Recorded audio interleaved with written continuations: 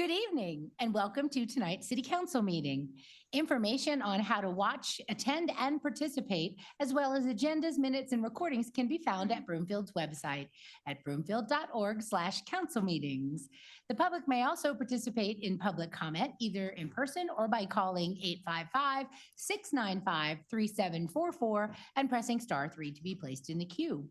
Screeners will ask callers for their first and last names and the neighborhood, as well as the item they'd like to comment on.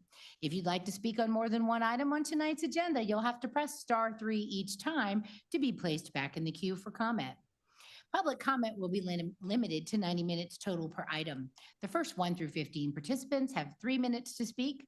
The next 16 through 25 have 2 minutes. And if time remains, the next 26 plus participants have 1 minute.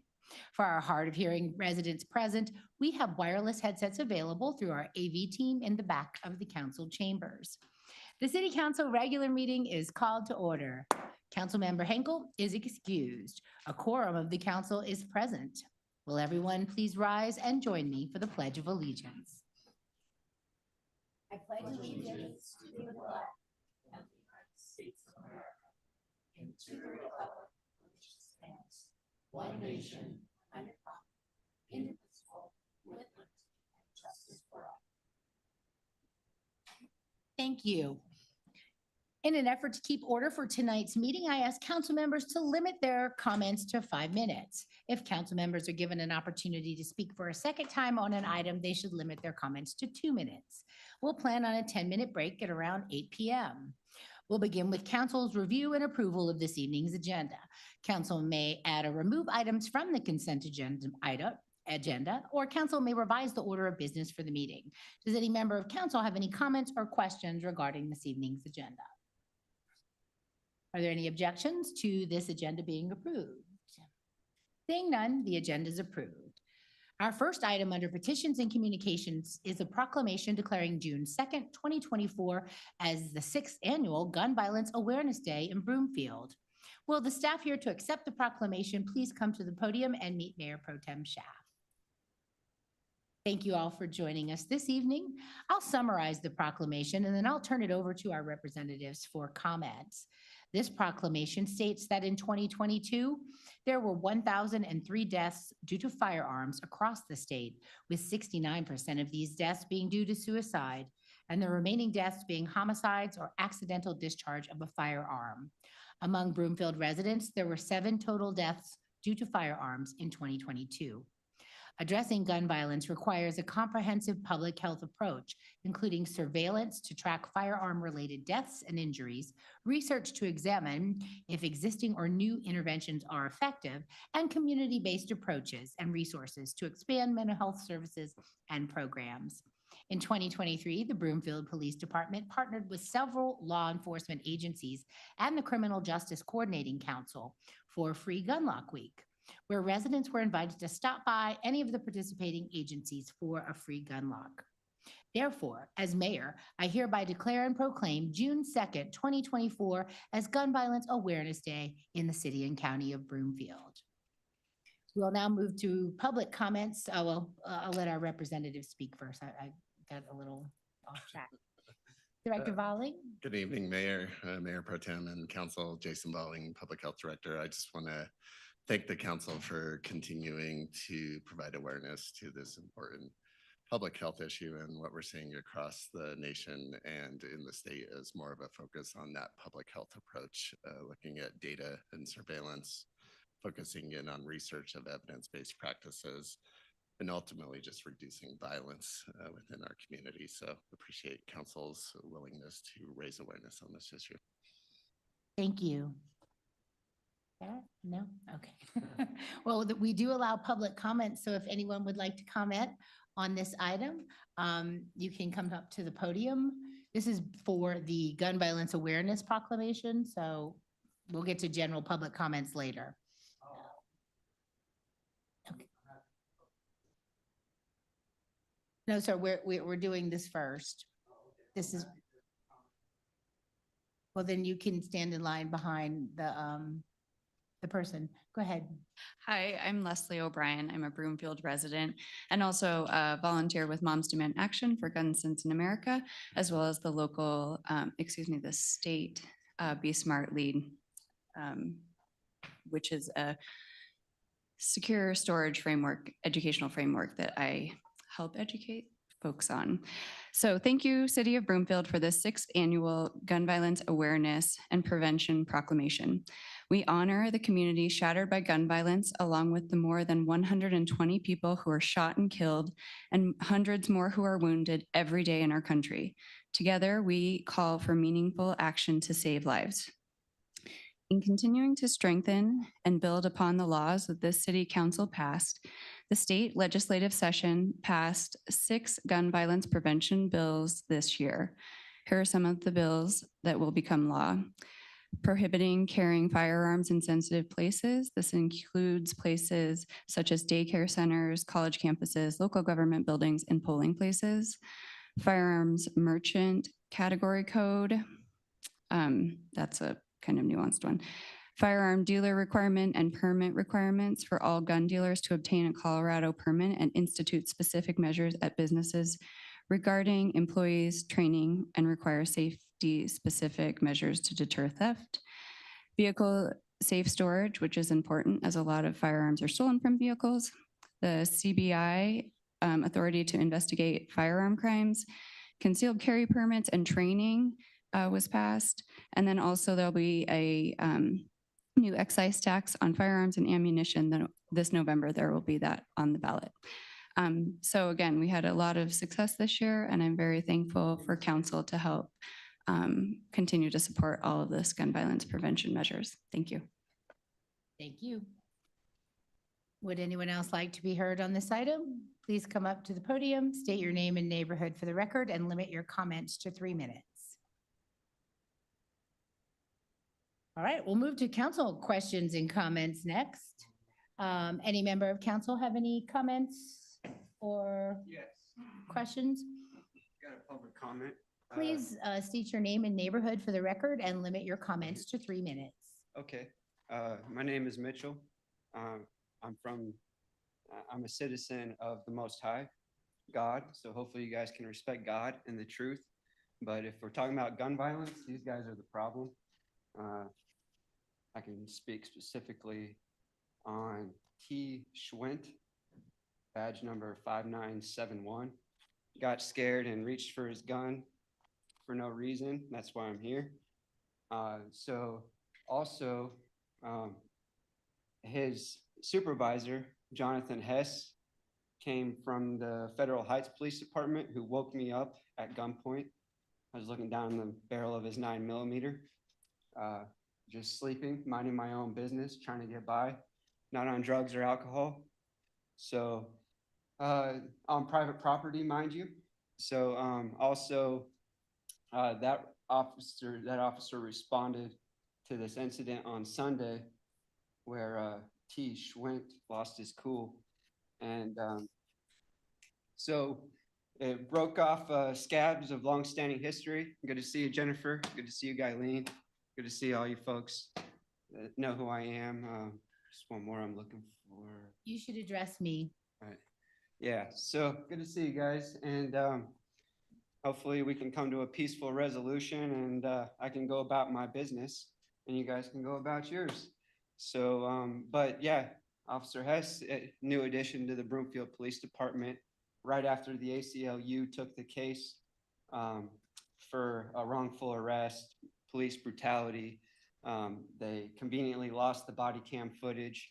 And yeah, so right after that lawsuit, that incident, less than a year later, I believe, he was involved in a officer-involved shooting where he killed, fatally shot the other person. So yeah, I think gun violence obviously starts with these guys and shit rolls downhill. So Thank you. Would anyone else like to be heard? Anyone on council? We will move on to the next proclamation. Next, we have a proclamation declaring June 2024 as LGBTQIA+ Pride Month in Broomfield. Sasha Davis, president of Rainbow Broomfield, is here to accept the proclamation this evening. Sasha, please come and meet Mayor Pro Tem Schaaf at the podium. And thank you all for joining us this evening. I'll summarize the proclamation, then I'll turn it over to the representatives for comments. This proclamation states that the City and County of Broomfield recognizes the importance of equity and freedom and remains dedicated to fostering inclusion of all of its residents, preventing discrimination and bullying based on sexual orientation, gender identity, and family makeup. Broomfield is strengthened by and thrives upon the rich diversity of its residents, all of which contribute to the vibrant character and integrity of our city.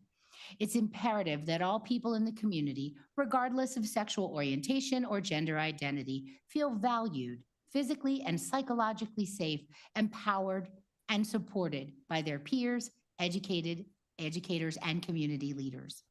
Broomfield has made a commitment to advancing the equitable treatment of all residents as a welcoming community and recognizes the importance of upholding the truth that LGBTQIA+ rights are human rights.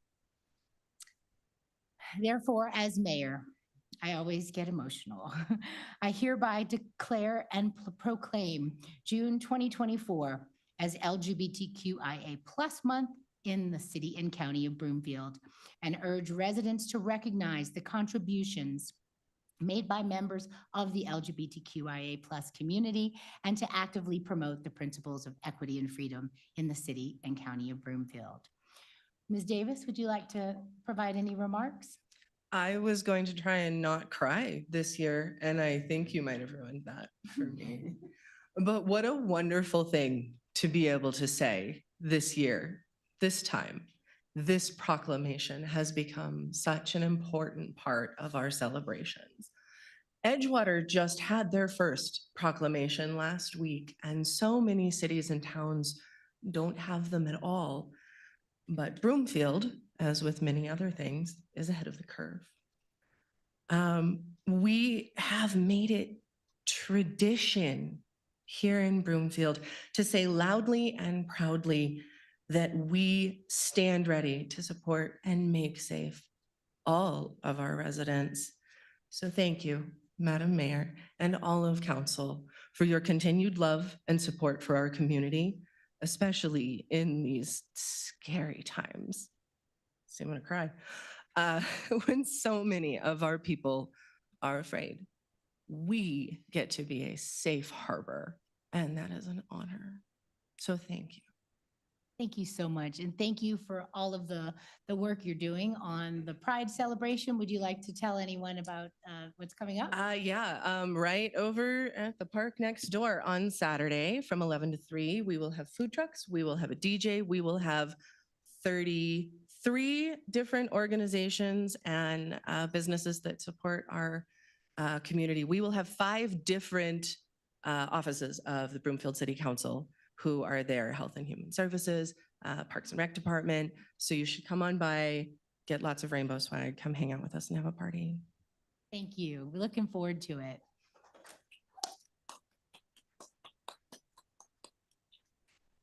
And I would like to add, for those who don't know, we will be raising the inclusivity flag in front of the City and County building on Friday at 10 a.m. So we hope you can join us.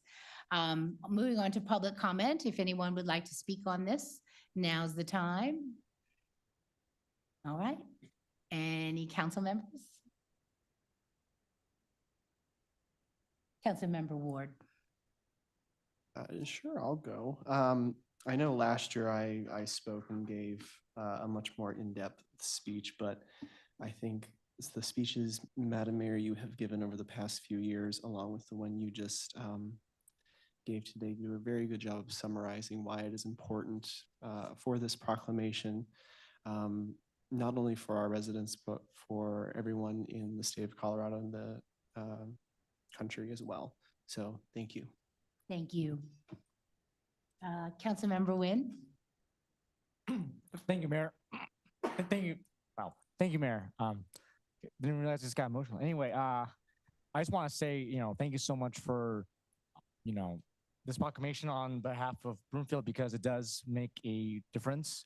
I feel like this action does support and it does allow wonders to the messaging of our community, and the fact that we're doing this every year when I just sort of learned that now other cities are just doing it for the first time is wild to me, because it just shows how much progress we've come through. You know, Colorado used to be called the hate state for a lot of anti-LGBTQ plus laws in, you know, less than 30 years ago. And, you know, this council, the city community shows that we've gone beyond that, and we are a welcoming place for all. And, you know, this might, I'm not trying to downplay this, but there's still a lot of work to do. And I hope that this event on Saturday is going to be showing to the entire community that we are inclusive and that it's okay to, you know, to be a member of this community. Thank you so much. Councilmember Marshall. Mayor, yeah, I'm gonna echo everything that's been said already. I'm proud to be part of Broomfield that recognizes the equality of everyone, regardless of whatever part of their lives. And we raise the flag and put the flags up, and I'm very proud of that. I'm looking forward to the joining on Saturday at the park, and I've been doing some home improvement projects, and I upgraded my flagpole to a double flagpole so I can put up a flag this weekend. So I'm excited about that. So thank you. Thank you. Any other council member comments? All right. Well, thank you all so much for being here and helping us kick off Pride Month. We'll see you this weekend.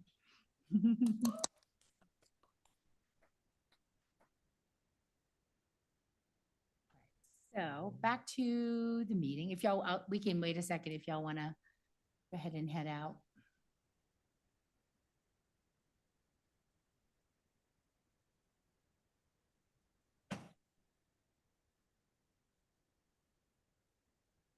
All right, next is council members' reports. Does any member of council have any reports or updates this evening?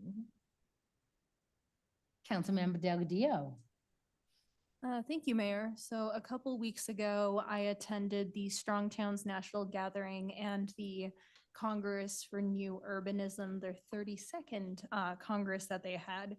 And I learned a lot of things, a lot about city planning. There were mostly city staff there, like planners, and there were developers and folks like that. So we really got in the weeds on learning about the economics of a financially viable city and kind of how to develop with that in mind, with that fiscal sustainability in mind. So that was very exciting. I am in the process of writing that report, which I will provide to council at some point soon. Thank you. Thank you very much. Councilmember Nguyen. Thank you, Mayor. So normally this report would be given by Councilmember Henkel, but she's not present. So as her alternative for the Metro Area County Commissioners, I'm giving this report.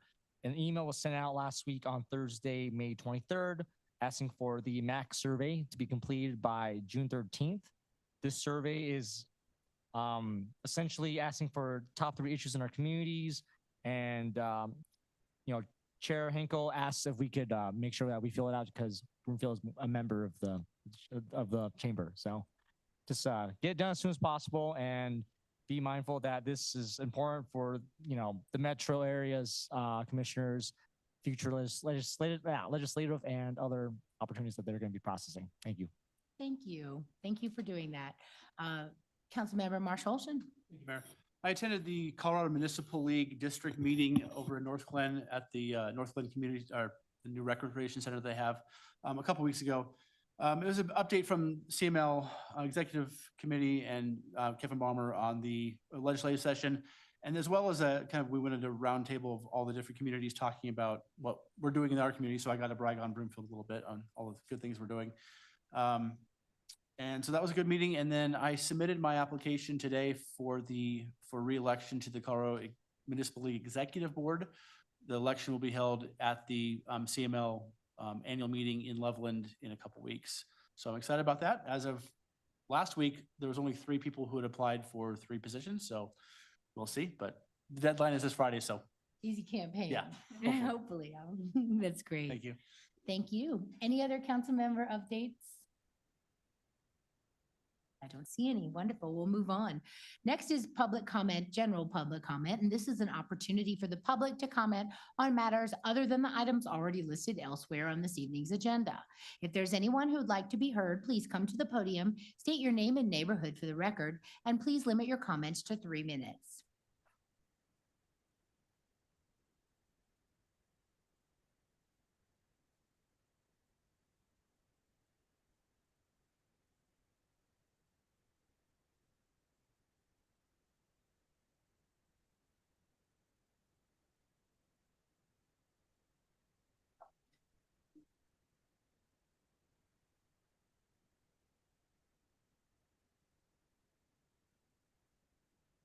All right, I guess I'll start with Guyleen. Do you, Can you please go to the microphone so our folks at home and Sure. listening can hear? Thank you.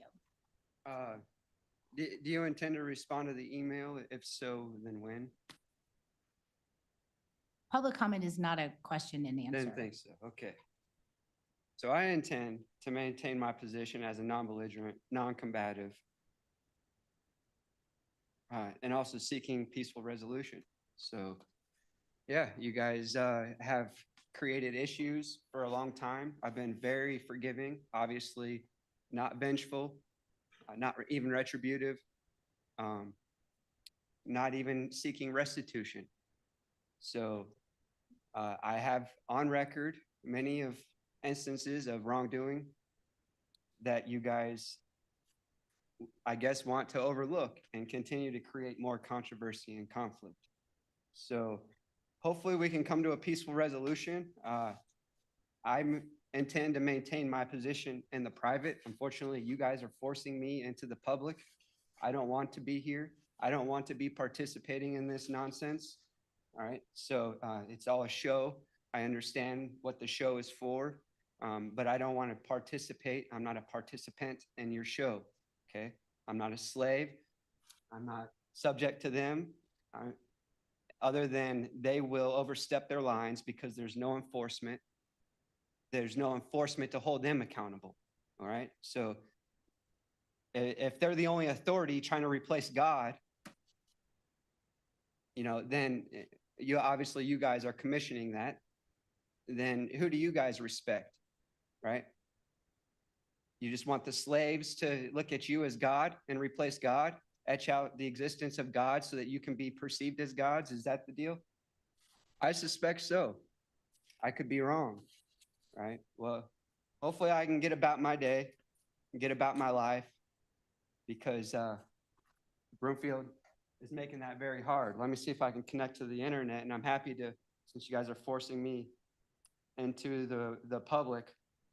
I should have prepared this, but I am happy to read the email that I wrote you, Guyleen. Real quick, it'll take me just 1 second. Here it is. Sent mail. All right, 9:58 a.m. Oh, 10:09 a.m. Faithful, you remember me. I've been in the community for around 15 years. At times, the emotions ran high and effective communication was very challenging. I'm working very hard to improve upon my situation. Broomfield police are choosing to make that challenge an impossibility. Sunday, I was arrested by Hess once again. And luckily I was able to calm the situation to minimize damages. However, the history with Hess goes back to Federal Heights and has ripped off the scab of that situation and my history with Broomfield as well. I will cover these details in full at a later date if needed. The most recent interaction was completely avoidable by the police, not overstepping their bounds. My main purpose of reaching out to you is about a potential quick and peaceful resolution. Please don't turn this into another living nightmare. If you want to contact me via phone, you'll have to leave a message for a time that I can call back. I can't get incoming calls at the moment. Otherwise, I look forward to an email response or direct communication with you. If I have time to come to city council meetings to encourage effective and timely communication to hopefully come to a more mutual understanding and a peaceful resolution, I will, but hopefully you will respond as soon as possible. I really don't have the time or energy to sacrifice my improvement process on this type of nonsense and will be left with no choice but to make the wrongs more right rather than trying to reason with the unreasonable. Thanks again for your time and consideration. All the best, Mitchell.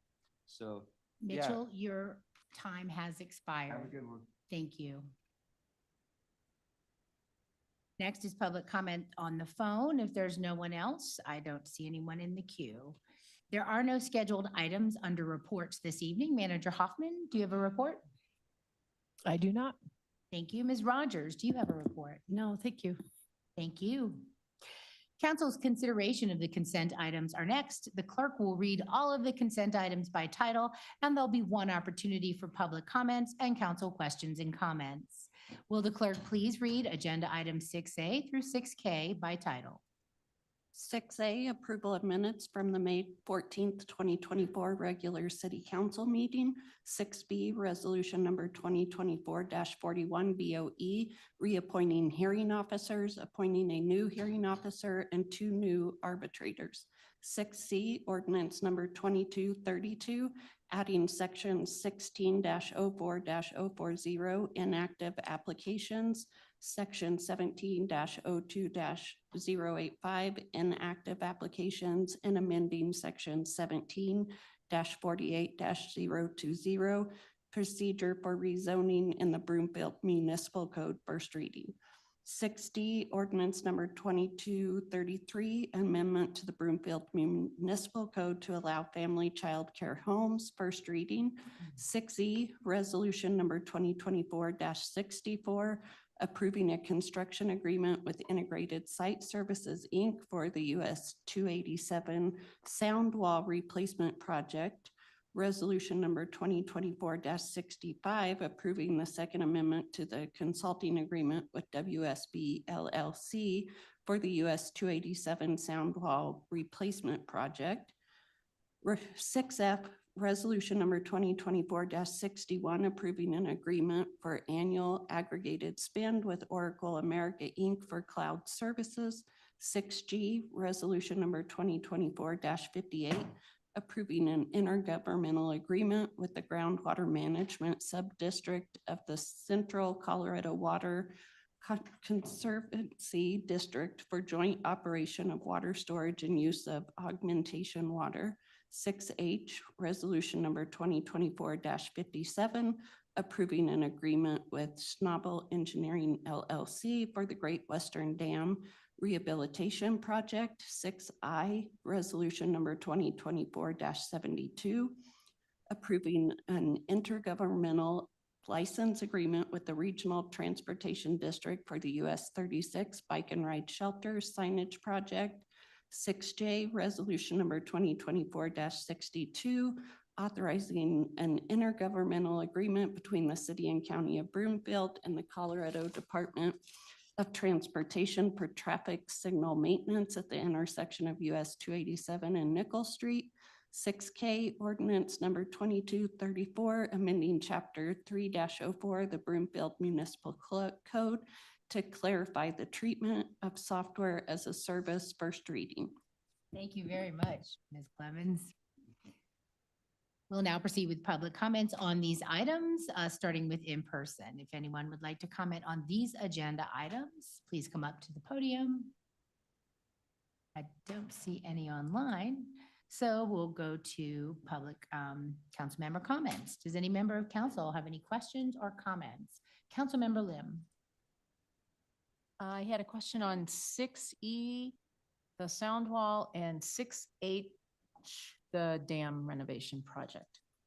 6E, the sound wall, that's good news for the residents along 287 between 6th and 10th. I was wondering, the memo said that there were residents involved in the engagement process. Was there a general notification sent on that work to a certain radius of residents to let them know that that will be forthcoming? Ms. Katie Allen is going to take that question. Good evening, Katie Allen, City and County Engineer and Co-Director of Community Development. Councilmember Lim, I don't know if there was one to a specific restaurant radius, but we engaged the residents directly behind the wall several times to review the impacts each individual lot, to look at the wall type and color that was proposed. It was very targeted. Okay, is that a noisy process or do you know? I mean, it's deconstruction of the wall, right? Not particularly. I mean, there's construction equipment, but I wouldn't say so compared to, I don't know if there's a lot of jackhammering, like Yeah, that's what in terms of taking it down. Okay. And will 287 have to be blocked because of that work? Will the lane have to be blocked, you know? I don't believe so.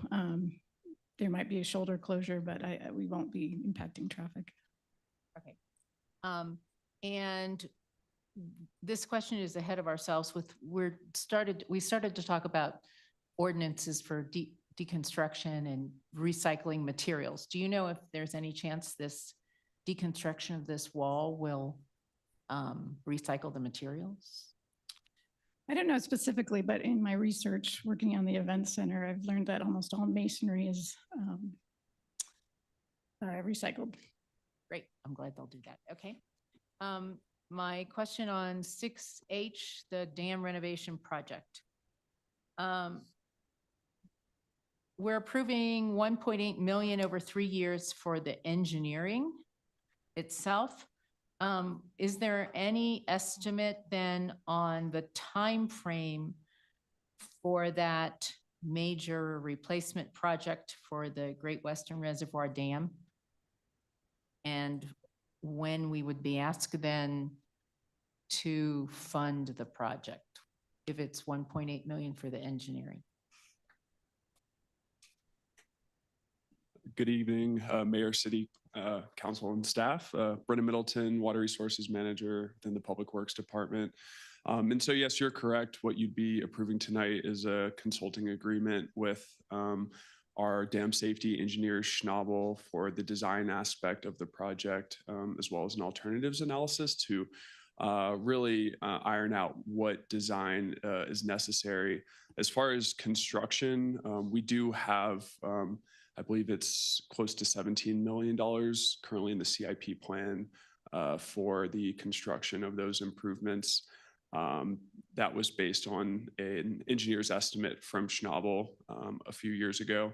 And I believe the year for that is either 2027 or 2028. Okay, thank you. Those are my questions. All right, thank you. Any other council member questions or comments on these items? Okay, before asking for a motion, I want to remind everyone that items 6D, 6I, and 6J are intergovernmental agreements which require 2/3 approval of council. Is there a motion by council that the recommendations contained in the staff reports for the consent items be approved? Councilmember Ward. So moved. Thank you. Is there a second? Councilmember Delgadillo. Seconded. Thank you. Is there any discussion? All council members, cast your vote electronically. All members have cast their vote. The results will now be displayed on the screen, and that passes unanimously 9-0. The only item under action items this evening is a public hearing and council's consideration on second and final reading of proposed ordinance number 2219 regarding water use and drought restrictions. I'll now declare the public hearing open. Council has a copy of the agenda memorandum, which I'll ask our staff to summarize. Thank you, Mayor, and good evening, community and council. Ken Rutt, Director of Public Works, is making his way down to the podium as we speak. Mr. Rutt, you're on.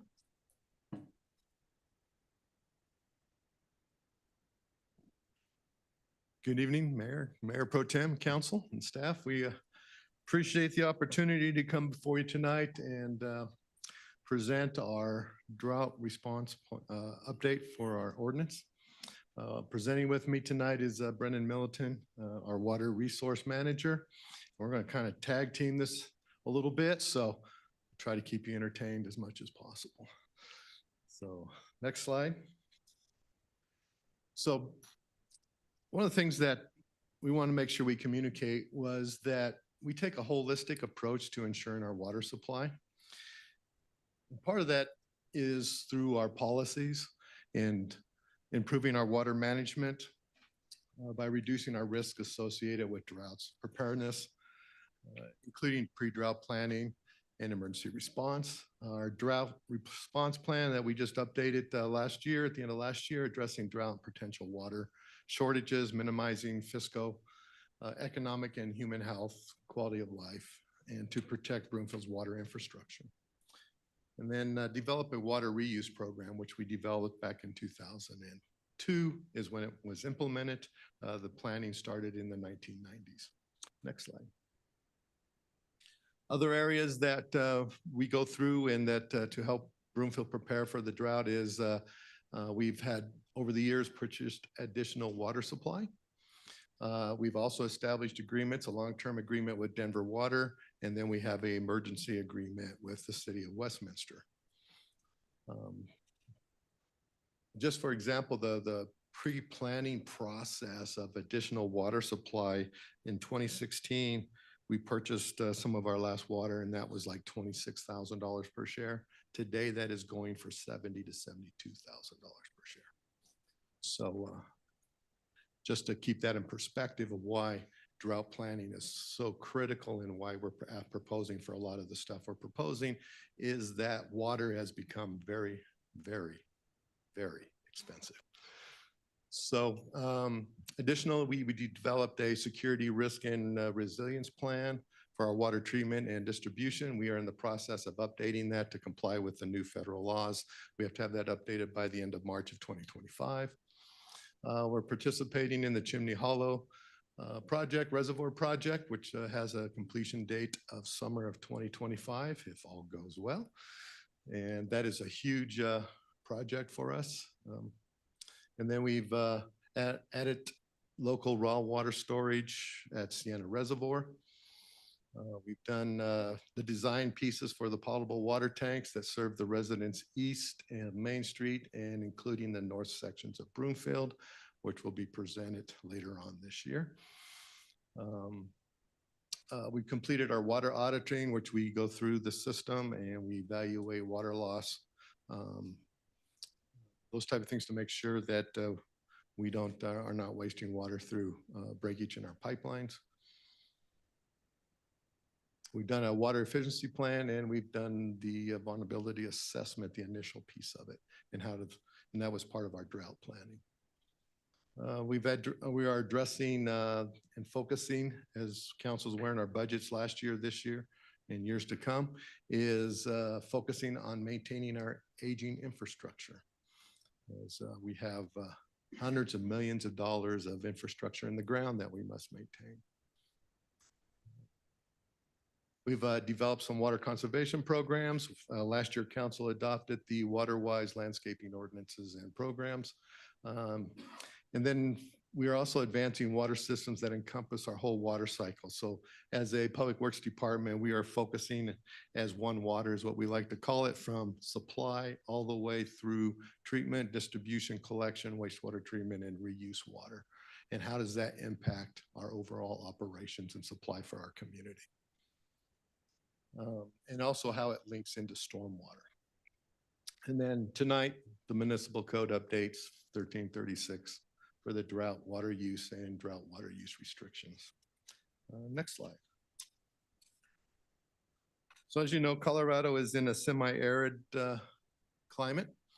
Water is obviously a very precious resource, often limited in our supply. So what do we know about past droughts, and will climate change cause to worsen our drought situations? So using Denver Water, who has the largest water system in Colorado and also in some of the same areas that we have our water supplies, they've had scientists estimate the stream flow patterns in Denver's watershed going back 400 years. They also had scientists look at the tree ring data for severe droughts and over the last 400 years. And the modern droughts in the 1950s and the 2000s, unfortunately, the climate change could cause these droughts to be worse than anything we've seen in the last 400 years. The Denver Water did a evaluation of a simple assessment that 2 degrees increase in Fahrenheit average temperature will decrease the supply of water by 7%. Next slide.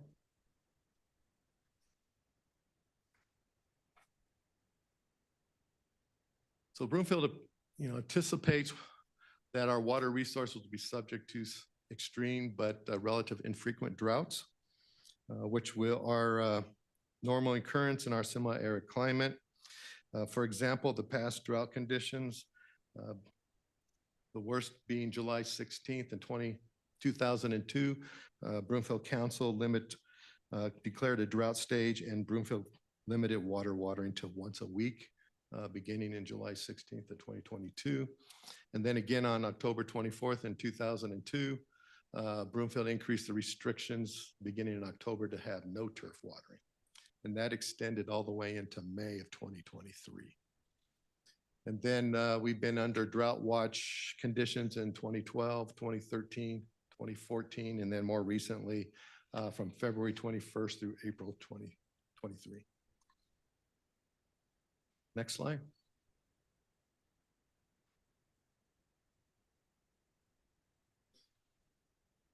So taking a look at the most recent forecast from NOAA, the forecast has changed slightly as we switch from El Nino to El Niño, whatever those things are. Colorado has a 60 to 70% chance of above average temperatures over the next 3 months. The summer forecast has grown hotter over the last month and also grown drier. So Colorado is in the 40 to 50% probability of below average rainfall. So next slide. So in summary, what are we proposing tonight is an update to Chapter 1336 to update the title to Water Use and Drought Water Use Restrictions. The purpose is to encompass a broader intent to reduce the risk of additional water restrictions in the future. We're proposing to adopt a standard normal year watering schedule of 3 days per week between the hours of 6 p.m. and 10 a.m. based on even and odd street numbers. Added a provision stating it is unlawful to waste water by allowing excess runoff from watering or other uses to have the flow run down the gutters. Added enforcement provisions to be consistent with other sections of the Broomfield Municipal Code. Increase the penalty ranges for non-compliance of mandatory water use restrictions during times of declared drought. And that's an important piece, that it's only during times of declared drought. And the ability to adopt an additional drought surcharge, which could be applied to customers' monthly usage fees during times of declared drought. Next slide. So here we'll tag team and we'll let Brendan take over for a minute. Thank you, Mr. Rutt. Yes, thank you. So staff is proposing a standard or normal year watering schedule of no more than 3 days per week between the hours of 6 p.m. and 10 a.m. This is a permanent watering schedule to be followed by our water customers year-round, regardless of drought conditions. And a few clarifications that were made to the ordinance since our first reading. First, we removed the "to the extent feasible" language for the time of day restrictions. We clarified that for large properties or those greater than 2.3 acres, these can irrigate over multiple consecutive days within a single watering event. So, for example, from 6 p.m. on the designated watering day to 10 a.m. on the following day to allow for those longer watering run times. We included sections B regarding system maintenance and C regarding hand and drip irrigation systems, basically saying that these time of day restrictions do not apply to system maintenance or the watering of trees, shrubs, or gardens by hand watering or drip irrigation. And then finally, we clarified that only the monetary penalties set forth in Chapter 112 or our general penalty are applicable in this instance. Next slide, please. So I did that so I could get a drink of water. So really protecting Broomfield's water supply. So last year, outdoor water use in Broomfield, I guess over the last 5 years, has averaged 52% of our total water, potable water or drinking water production. In 2023, even with the wet spring and early summer, outdoor watering was still at 45% of our total consumption, which is approximately 1.56 billion gallons of water used in irrigation. To maximize the water distribution and storage infrastructure capacity, for example, our potable water storage tank capacity is 9.2 million of storage serving the west of Midway Street, or Main Street, sorry, and 6 million gallons of storage serving east of Main Street, which is also the north areas. The beneficial conservation practices regarding of drought conditions. There's a fixed amount of water, and reality is the water resources are stressed.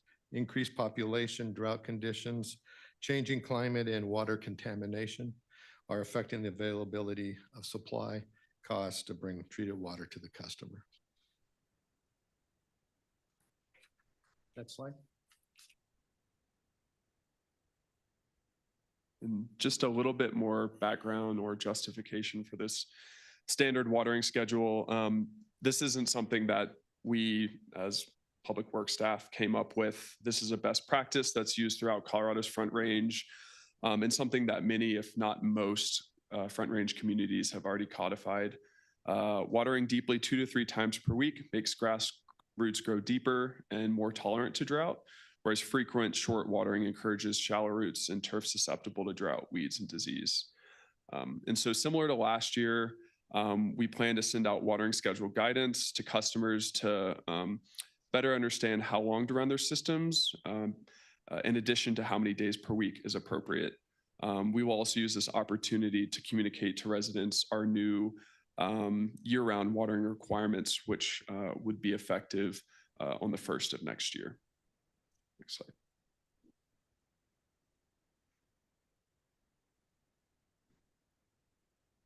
So the administration fine provision, why is that important? Well, wasting water or overusing water increases the cost to the community for costs associated with treatment and the distribution of water to the customer.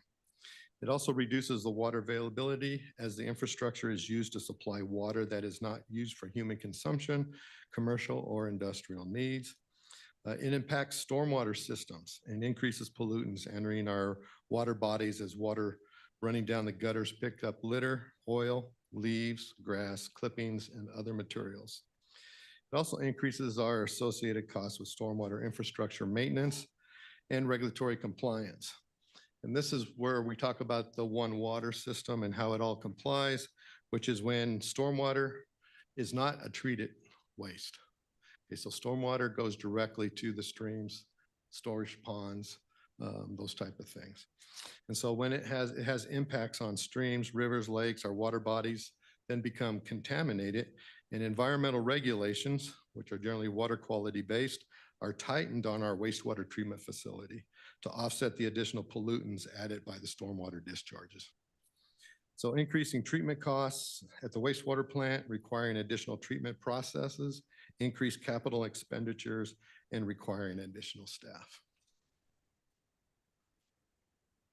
Next slide. And so this slide is a repeat from first reading. It basically summarizes the proposed changes to the mandatory water use restrictions under each stage of drought. I won't go through these at length again today, but wanted to include this slide as a reference in case any council member has a question about it after the presentation. Next slide. And so before getting into the different enforcement options in our ordinance, first we want to make clear that our first goal is to educate our residents about how to efficiently use water and appropriately water lawns and landscapes. And enforcement measures are only intended to be used against repeat offenders. Second, we want to make clear the distinction between a penalty and a surcharge. A penalty or a fine is used to enforce non-compliance with mandatory watering rules during normal conditions or times of declared drought, while surcharges are applied uniformly to customers' water bills to help recover the higher cost of treating and producing drinking water during times of drought. Next slide, please. Staff is also proposing to revise the current penalty amounts for violating mandatory water use restrictions under Municipal Code 133660 as outlined below. It's basically doubling the ranges that we currently have in our code. And next slide. Staff is also proposing an additional drought surcharge, which could be applied to customers' water usage charges to help recover the lost revenue associated with mandatory water use restrictions. One clarification since first reading, we clarified that these surcharges would need to be supported by an analysis of projected cost, revenue, and potential deficits in the water and/or reuse enterprise funds. Also, just want to reiterate the fact that adoption of such a surcharge would still require future approval by City Council during the recommendation of a drought condition 1, 2, or 3. And also any proposed surcharge would specifically target outdoor uses of water and not indoor uses, which we understand are critical to daily life and critical business functions within Broomfield.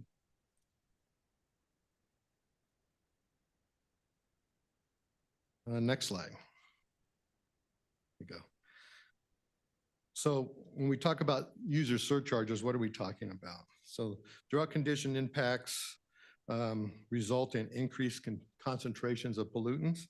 They are increased concentration of algae, which increases our odors and tastes throughout the system, which increases treatment costs, increases concentrations of what's called total organic carbon pollutants, reduces oxygen levels in the water. And then in droughts, conditions can also increase wildfires, and the effect on wildfires on our water supply is ash being deposited and additional sediment loads, higher degree of nutrient runoffs. So how do those costs apply to Broomfield? Well, our current cost to treat 1,000 gallons of water is $4.74. With 1% increase in the turbidity, which is colloidal type of solids that just float in the water where we can't settle them or take them out very easily, it equals to a 0.25 or 1/4% increase of our chemical costs. Raw water contamination increases chemical costs by 28%, increases our backwash cycles to clean the filters, reducing the availability of treated water by 100,000 gallons per backwash, depending on the water quality, filter runtime, and when it was reduced. The runtime currently is 80 hours between backwashes. Well, during worst case scenarios that we've experienced over the last 20 years, it can reduce it down to 20 hours. So, or 10 hours. So every 10 hours we'd have to backwash, and every 10 hours we would lose 100,000 gallons of water, which goes to the wastewater treatment plant. And then it also reduces operational efficiencies, increased staff, and electrical costs. So we put in a chart with some of the examples of our current costs of the chemicals we use in the treatment operations. And you can see that in that table there. They range anywhere from 26 cents a pound all the way up to $4.92 a ton. So depending on what type of chemical we need to use for what type of pollutant will vary the cost, which is why the critical point is that we would come back, city manager would propose to council what that cost would be. So to specify, we would need to know the specific conditions and what is causing the increase in cost. And that's why we worded it the way we worded it, to allow us an opportunity to present those costs to you and have it in the ordinance, which will allow you to set that price. Next slide. So with that, staff has proposed ordinance 2219, which would amend chapter 1336. And Staff is available for questions. Thank you very much, Mr. Rutt and Mr. Middleton. We'll now proceed with public comments on this item, starting with in person. This is about the drought program. So if you would like to speak on our drought plan, now's the time. Please state your name and neighborhood for the record and limit your comments to 3 minutes. Yeah, this is Mitchell, a citizen of the Most High God, not you guys. And I hope you guys don't enforce this regulation on your slaves, because I have on record last time I was hanging around here, right outside of here, you guys have an overabundance of land that you don't use, that you've laid claim to. That was all waterlogged. And I recorded you guys destroying the lawn with your millions of dollars worth of tractor equipment. So I think the problem starts with you, once again. Thank you. Thank you. Thank you, Mr. Rand. Okay.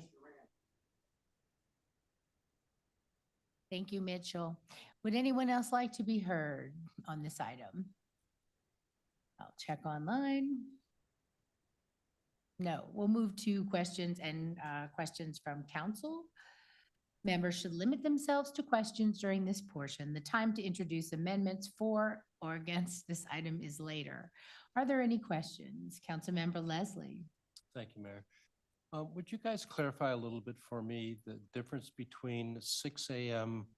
cutoff for watering and the 10 a.m. cutoff of watering? You indicate both, and you did say earlier on that there was a clarification that the 10 a.m. was for the large, yes, fields, large HOA or other property areas. But I don't see it clarified anywhere that the homeowner would be expected to shut off before 6, where the HOA would be allowed to go until 10. Would you clarify that, please, for me? Sure, and thank you for the question, Councilmember Leslie.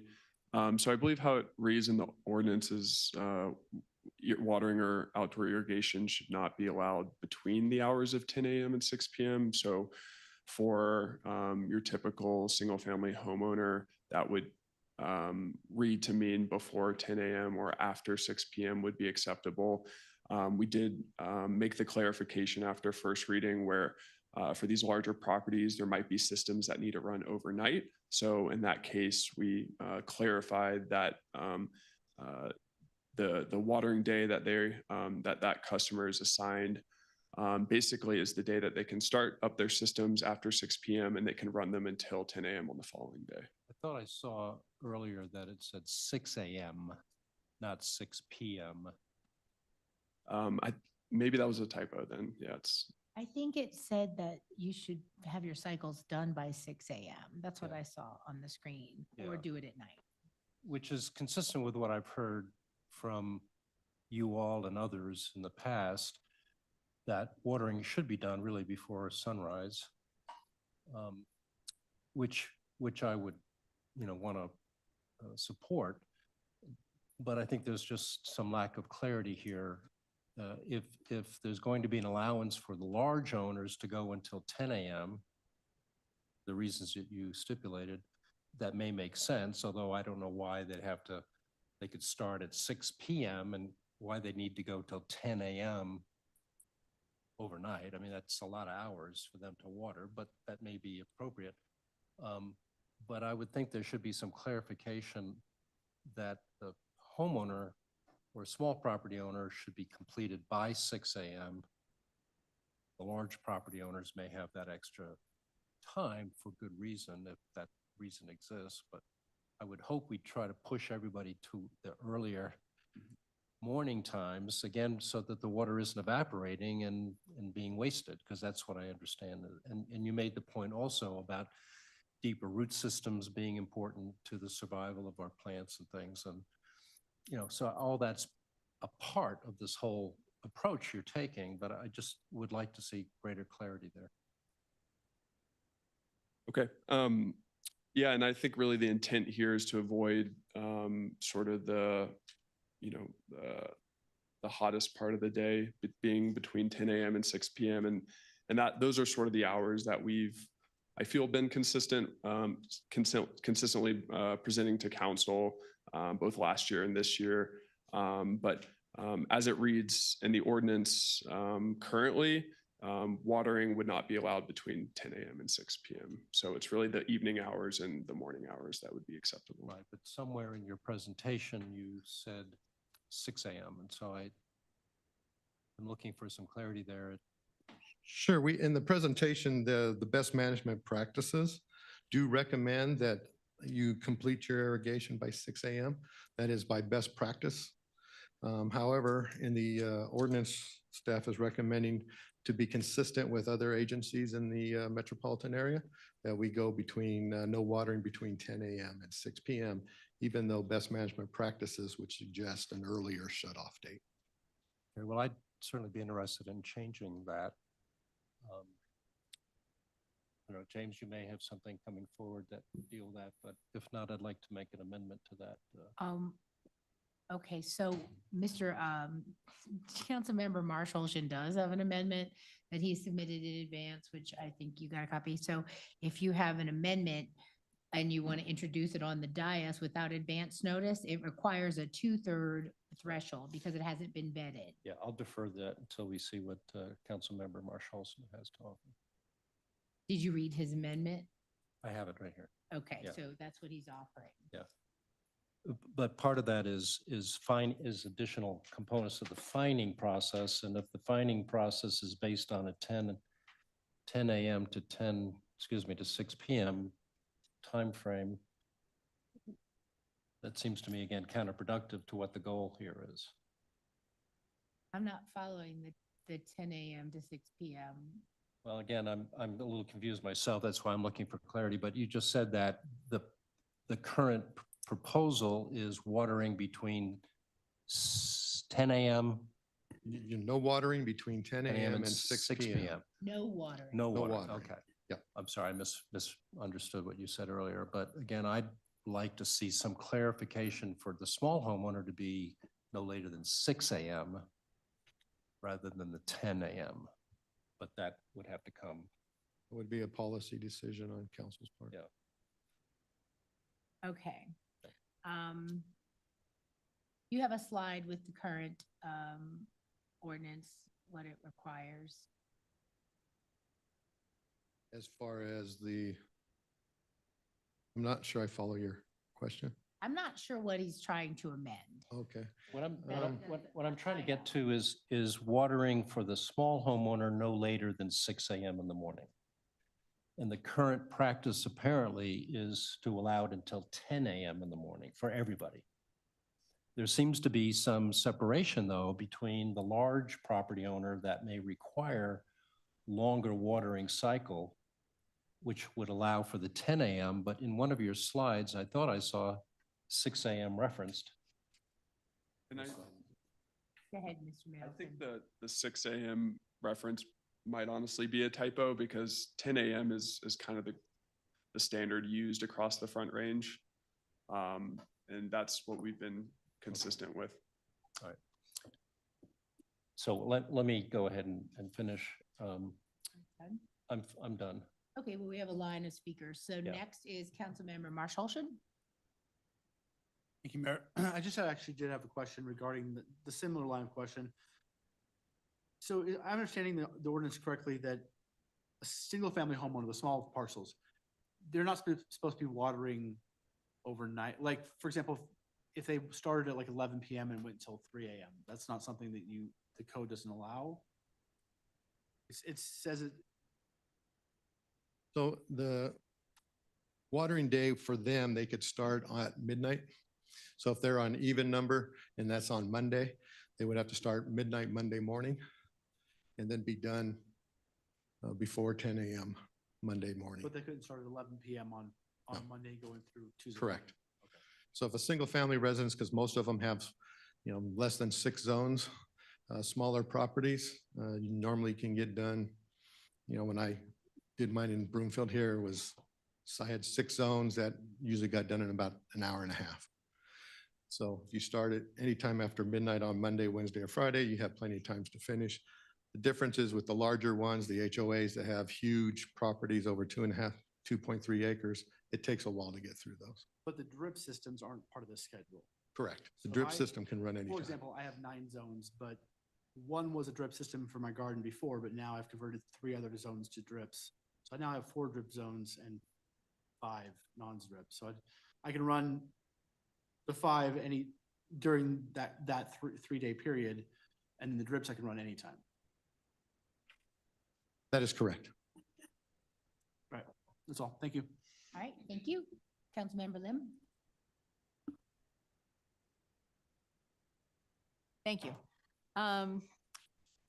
Are there any residents that you are aware of in Broomfield that would have sprinkler systems that would not have smart programming, that would not have the capacity to set certain days of the week ahead of time?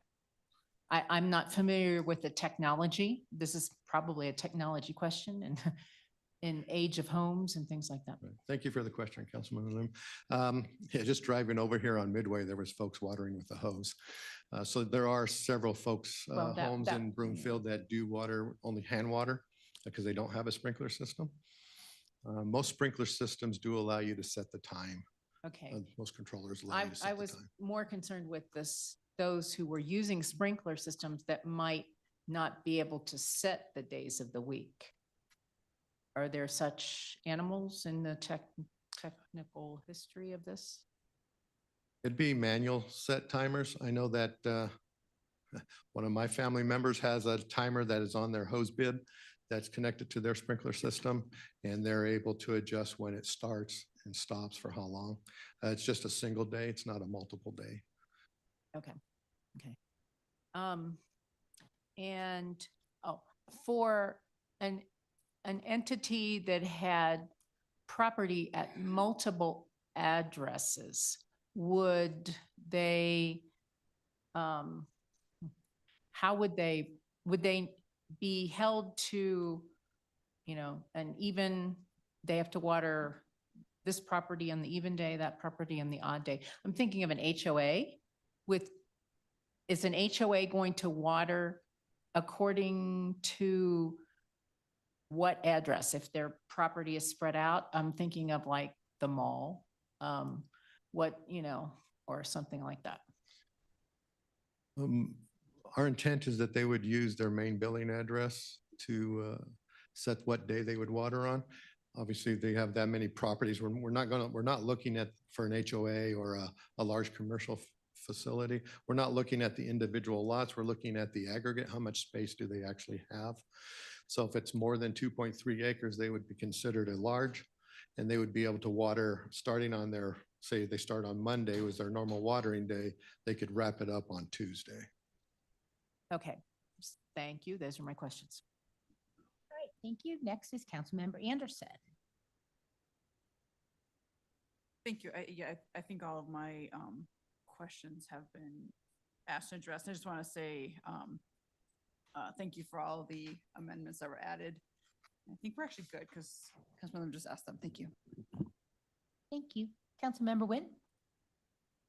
Thank you, Mayor. My questions are pretty general, I guess.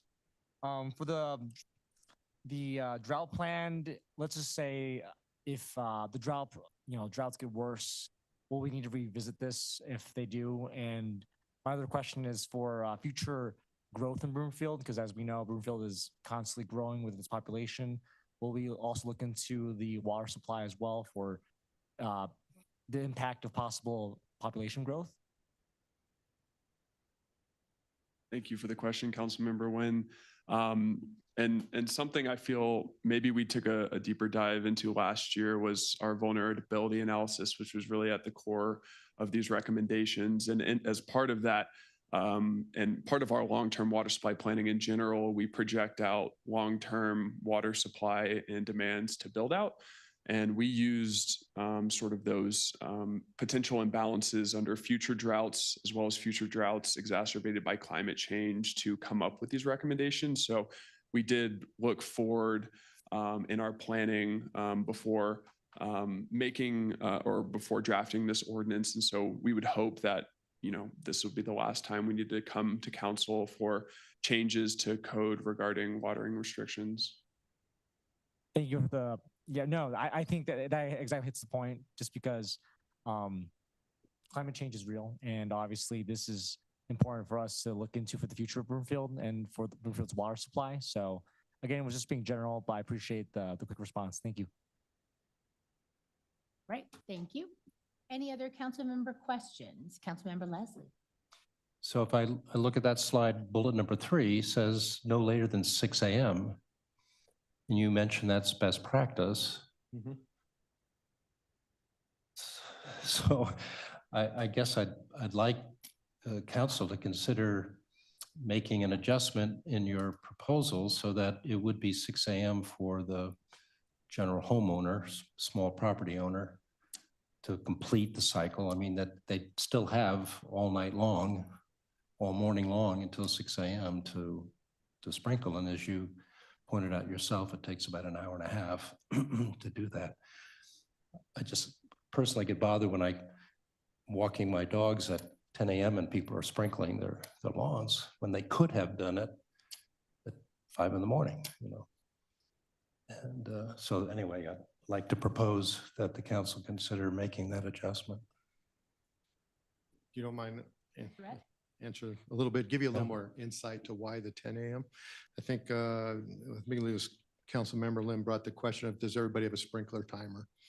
And part of that 10 a.m. is to allow someone that is watering by the hose opportunity to get through their yard in a decent hour, not having to get up at 4 a.m. To make it through. And I think that's why you see those with sprinkler systems, the best practices is to finish by 6 a.m. Obviously, not everybody has a sprinkler system that's timed. And that's why the provision in the ordinance goes until 10 a.m. I hope that clarifies the differences between the two. Thank you, Mr. Rutt. And that includes a large part of the early homes in Broomfield. They do not have the sophisticated irrigation systems. And even Mayor Pro Tem Schaaf uses a hose. So I get that you want to accommodate folks that don't want to do it, wake up at night and water their lawns by hand. I think that makes sense. And again, it's being cognizant that not every part of Broomfield is in the same state as other parts. Councilmember Leslie. So, okay. So can we do something then on an educational level then to persuade those who have the means to have an automatic sprinkler system or who would be willing to acquire one? I know that Council Member Schaaf is up early to get ready to go to work and has the means to sprinkle by hand at 4 in the morning. But may not wish to do so because there's no education available to inform him of the value of doing it that way. But no, I mean, I think that a large percentage of our population does have the means to set their timers early. And often we depend on yard services to start up our sprinklers in the spring and turn them off in the fall. And they're the ones that frankly set them most of the time. Most of the homeowners have no clue how to do it, even though it's on your smartphone and everything else. But I just think there should be something to, quote, pursue the best practice. And again, we're talking about, as you said yourself, a precious resource that is limited. And just to allow people to go until 10 a.m. just cause, I wish we'd do something more deliberate to help them understand the value of, quote, the best practice. Mr. Rudd, if I may, are these watering tips on our website? Are you guys updating this information on the slide? Is that? Yes, is this, that the stuff on publicly the available? right, or whatever the way you're looking at it, on that side closest to you, that is an example of the postcard we sent out. last year to every resident in Broomfield, and we're in the process of getting ready to send that out again. It's also on our website.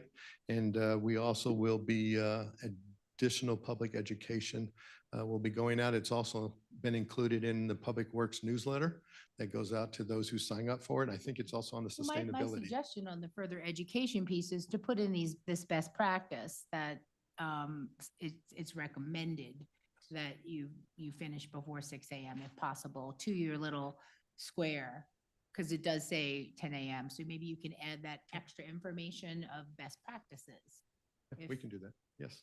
Thank you. That's a minute. You're welcome. Problem solver. Okay. Any other questions from council? No? Okay. There being no further questions, the public hearing is closed. Next is council's consideration of proposed ordinance number 2219 on second and final reading. Will the clerk please read the proposed ordinance by title? Ordinance number 2219, amending certain sections of Chapter 13-36 of the Broomfield Municipal Code, water use and drought restrictions. Thank you. Is there a motion? Council, Mayor Pro Tem Zhao. So moved. Thank you. Is there a second? Councilmember Delgadillo. So seconded. Thank you. Is there any discussion? Oh, Councilmember Marsh Holston. Did I go first or? You got, you All right. hit the button first. You win. Thank you, Mayor. I have two amendments for tonight. The first one is I move to amend ordinance 2219 to modify the penalty provision used for both times of no declared drought and declared drought and set forth a detailed process in the code based on the administrative policy that was included in the packet. Thank you. So Councilmember Marsh Holston has made an amendment. Is there a second? Councilmember Nguyen. Seconded. Thank you. Is there any discussion on the amendment? Waiting for buttons. We do have buttons still. Mayor, Yes. you can Ms. give us a Rogers. second. We'll pull up the language so it's on Yeah. the screen. Meanwhile, you It get your is- buttons pushed for the discussion part of this.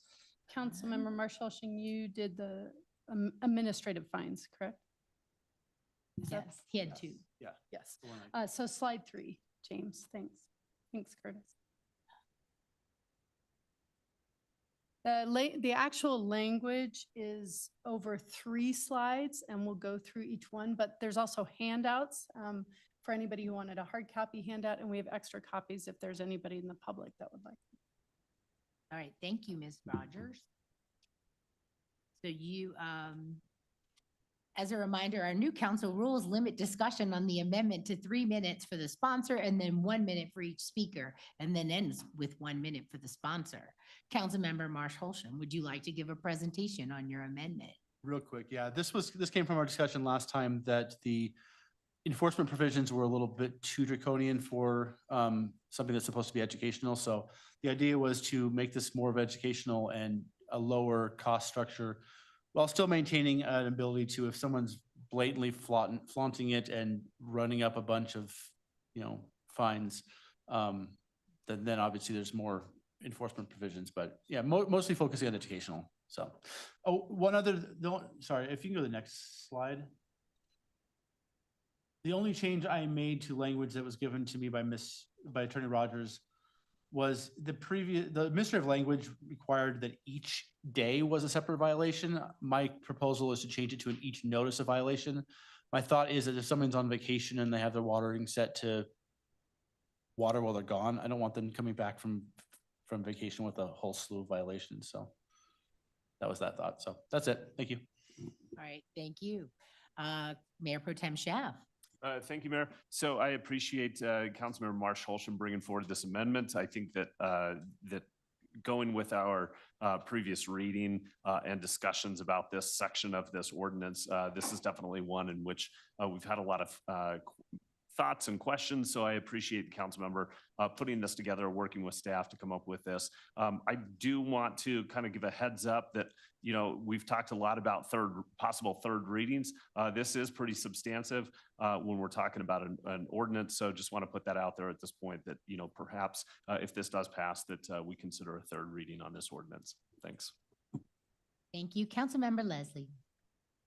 Thank you, Mayor. Just wanted to clarify, during our conversation earlier, I raised the question of what is meant by, in paragraph 3, the last sentence, monetary penalties set forth in chapter 1-12 of the BMC. And I was told that's $2,600. Is that right?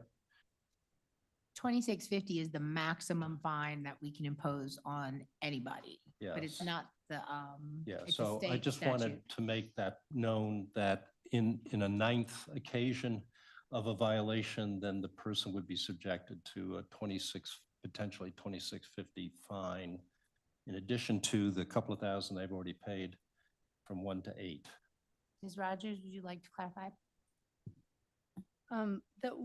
Yes, I understand doing that. If we put in 2650 as a explainer of what chapter 112 says, I would suggest we do it currently because chapter 112 changes when the ability of a local government to increase fines changes over time.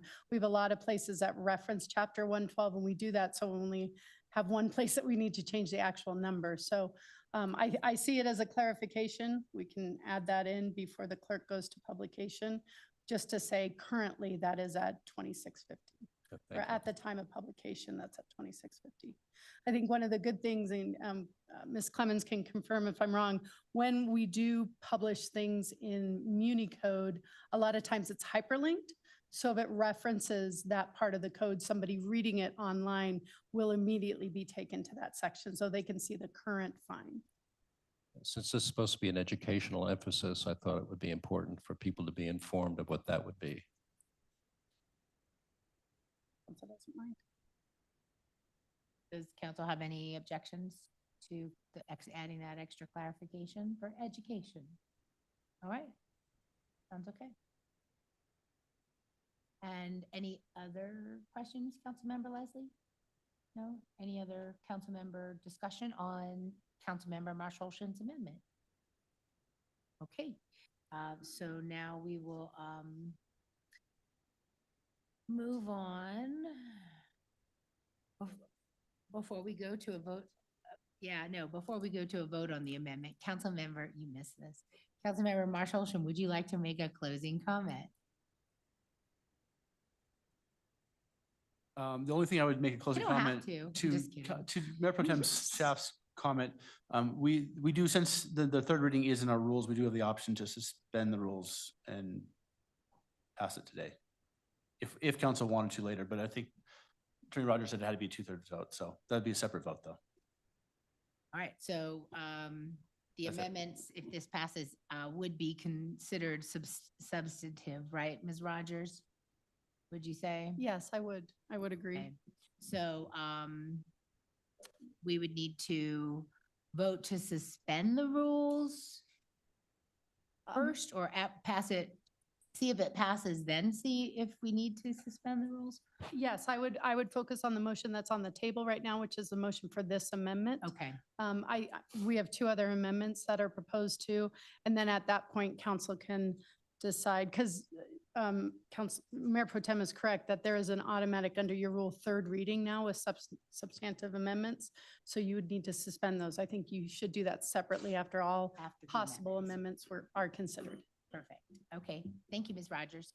So council, please cast your vote electronically for Councilmember Marshallson's amendment. Waiting for one more.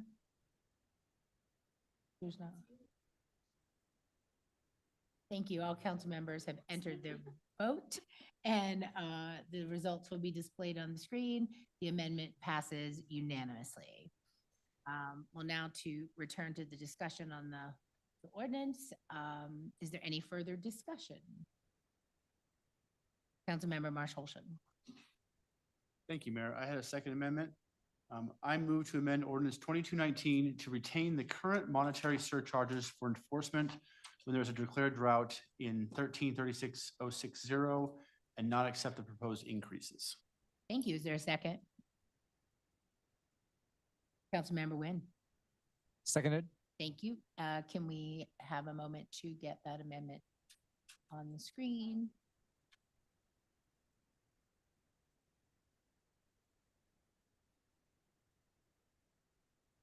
So once that gets up there, you can have your presentation time. All right, there it is. The purpose behind this is that I understand staff's point on the drought surcharges, and I agree with this, the increased fines, or sorry, with the fines. But since we've never enforced the fines previously, to me, there's no data to show that the current fine level isn't sufficient to enforce, to get people to, abide by the regulations. So I don't see that there's data available to say that we need to increase them. So without data, I don't support increasing them. So I want to change them back to what it was. Thank you. Thank you very much. Any discussion from council on this amendment? Councilmember Anderson. Okay, I'm sorry, I missed the part that there was a second, last piece here. I'm not following. What were the additional charges? It'd be helpful if staff could. Councilmember Marsh Holshan doesn't want to increase the fees. The staff recommendation increase- increases the fees. This would keep the fees as they are. This was the fees listed here in the red are the. They're the current existing fees, so. Oh, he- so we're just keeping this language right here. There's no additional. Correct. Yeah, rather than the recommendation to double them. just Okay, keeping this- got it. I'm sorry, that was not clear. Thank you. That's okay. Any other discussion on the amendment? Okay, any closing comments? All right, council, please cast your vote electronically on the second amendment. All council members have entered their vote. And the results will be displayed on screen. That passes unanimously. Back to discussion on the original ordinance. Is there any other discussion? Councilmember Anderson. Thank you. And I have one additional amendment that I did send into council ahead of time, and that was related to, let me find my notes here, section, just lost my place in here. It was chapter 1336-050. This is when we're in drought condition 3, and there's a complete prohibition on turf watering. Per J1, it actually still allows washing of personal vehicles in the yard, and you can actually still wash vehicles like commercial car washes. I would like to prohibit that ability to wash in the driveway. And I think Ms. Rogers has language if you're still finding it. And I think it's a fairly straightforward requirement. And I guess there's one piece that we would like to have clarified is the personal vehicles. Does that cover the RVs, boats? Are those included in, is that just simply cars and trucks, or is that all? Councilmember Anderson, can we get a second to your motion first, and then we can answer a couple of those questions that came up. All right, so Councilmember Anderson has put forth this amendment to include the washing of vehicles in the drought conditions. Is there a second? Councilmember Leslie. Thank you. I second the amendment. Now go back to discussion on your amendment. Okay, great. Yeah, that was just the one clarification that was actually, Councilmember Cohen asked the question, does the personal vehicles include other like RVs, boats? Would that also be included? To me to make a clarification? I'll get this one. We talked about this before the meeting. I'll go real quick and you guys can chime in. So vehicles not specifically defined in 1336, but we have it defined in other areas of the code. It definitely includes all type of cars, trucks, motorcycles. It would include recreational vehicles because those are vehicles as well. It would not include boats. Thank you. All right, any other discussion on Councilmember Anderson's amendment?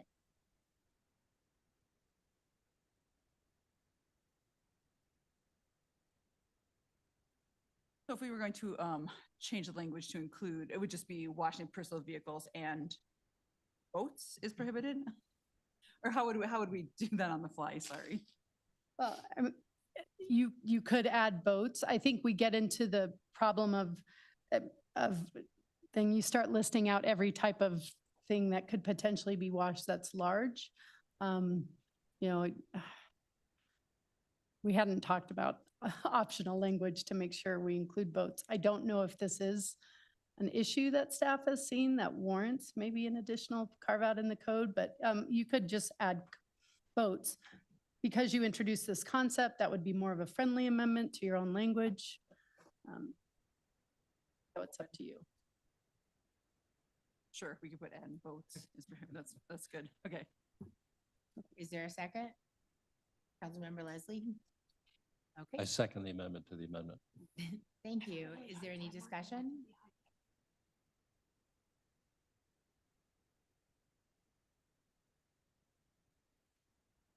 Should I call a recess? No, I think we're fine. Yeah, Okay. Go ahead. All right. Just trying to keep order. So we have a second. Refresh, and so the So we're- updated language will be on there. We're going to vote on Councilmember Anderson's amendment. Council members, please cast your vote electronically.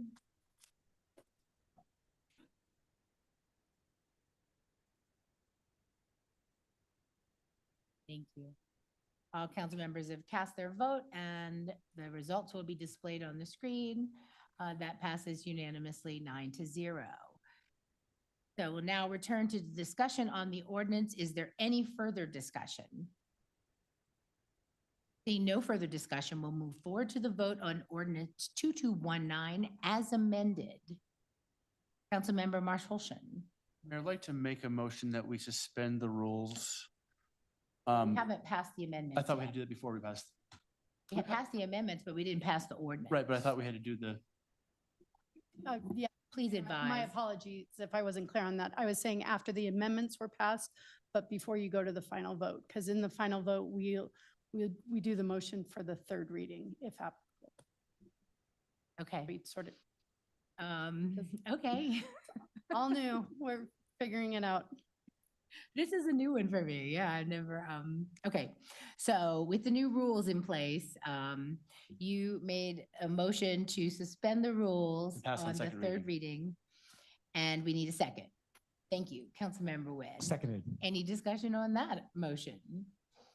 Councilmember Anderson. Thank you. I would just like to point out that, okay, so this is all new and I really want to honor this third reading. And I think if I have this right, on the third reading, no new amendments are allowed. So the third reading should go very smoothly. And this ordinance doesn't actually take effect until January 1st of 2025. So I think, I love clarification from staff, but I don't think that adding that third reading would be a big lift. Problematic since we Okay. have time. Okay, thank you. Sure. And any other discussion on the motion? All right, then we will vote on the motion to suspend the rules. Council members, please cast your vote electronically. This is to bypass the third reading. And all council members have entered their vote and the results will be displayed on the screen. And that fails 3-6. So we will continue with the third reading as in our rules. Thank you. Since we have time, we have time. But what? You did? I didn't even notice. Oh my goodness. You're too. If anybody ever said you're not persuadable, I would argue them down. Okay, so as a reminder, we're moving on. Let's move forward to the vote on ordinance number 2219 as amended, shall we? Council members, please cast your vote electronically. All council members have entered their vote and the results will be displayed on the screen. And that passes unanimously 9-0. Thank you all very much for hanging in there, Mr. Middleton, Mr. Rutt, and our staff of Public Works. We got this one past the finish line finally. And so since there are no requests for future action this evening, and there's no other business to come before the council, Mayor Pro Tem, you have the floor. Thank you. I just wanted to ask one clarification. So because that will be published for third reading, do we have a date on when that will come back to us at this point? Possibly June 11th. We'll have to confirm. Okay, perfect. Thank you. All right, thank you. Any other business to come before the council? There being no other business, the council meeting is adjourned. Thank you all.